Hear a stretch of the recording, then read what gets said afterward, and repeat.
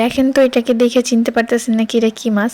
হ্যাঁ, এটা আসলে শুটকি মাছ, লইটা শুটকি। এই শুটকি মাছটা খাইতে প্রচুর পরিমাণে মজা যদি সেইভাবে রান্না করা যায়। তো চলেন আপনাদের সাথে শর্টকাটে খুবই মজার একটা রেসিপি শেয়ার করি, যেটা খুব সহজে আপনারা রান্না করতে পারবেন আর এর স্বাদ মুখে লাগে থাকবে মনে করেন আজীবন। তো এখন শুটকি মাছগুলো খুব সুন্দর করে কাইটে নিচ্ছি, এখন ধুয়ে নিতে হবে। শুটকি মাছ কিন্তু রান্নার আগে খুবই ভালো করে ধুইতে হয়, অনেকটা সময় হাতে নিয়ে আপনার ধুইতে হবে। তো আমি গরম পানির ভিতর সিদ্ধ দিয়ে দিছিলাম, কারণ মাছটা একদম শুকনা ছিল। তারপর খুব সুন্দর করে ধুয়ে নিচ্ছি।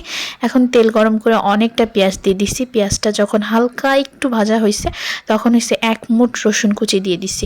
রসুন কুচি বলতে রসুনের কোয়াগুলাকে বাইছা দিচ্ছি। শুটকি মাছের রসুন বেশি করে দিয়ে রান্না করলে আমার মনে হয় বেশি মজা লাগে। তারপর যে মাছগুলারে কাইটা ধুইয়া পরিষ্কার করে রাখছিলাম সেই মাছগুলা দিয়া এখন খুব সুন্দর করে ভাইজা নিব। যখন ভাজা হয়ে যাবে একটা ঘ্রাণ বের হবে তখন দিয়ে দিব গরম পানি।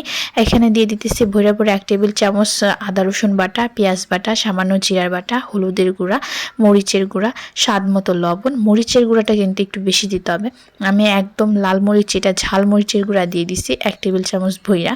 তারপরে এখন হয়েছে অল্প আঁচে রান্না করতে হবে, হালকা হালকা করে তেল ছেড়ে দিবে আর অল্প অল্প করে গরম পানি দিতে হবে। তারপর আমি এখানে ঝালের জন্য কিছুটা কাঁচামরিচ দিয়ে দিচ্ছি আর এখানে দিয়ে দিতেছি ধনিয়া পাতা। ধনিয়া পাতাগুলারে দিয়ে দিতেছি উপর থেকে।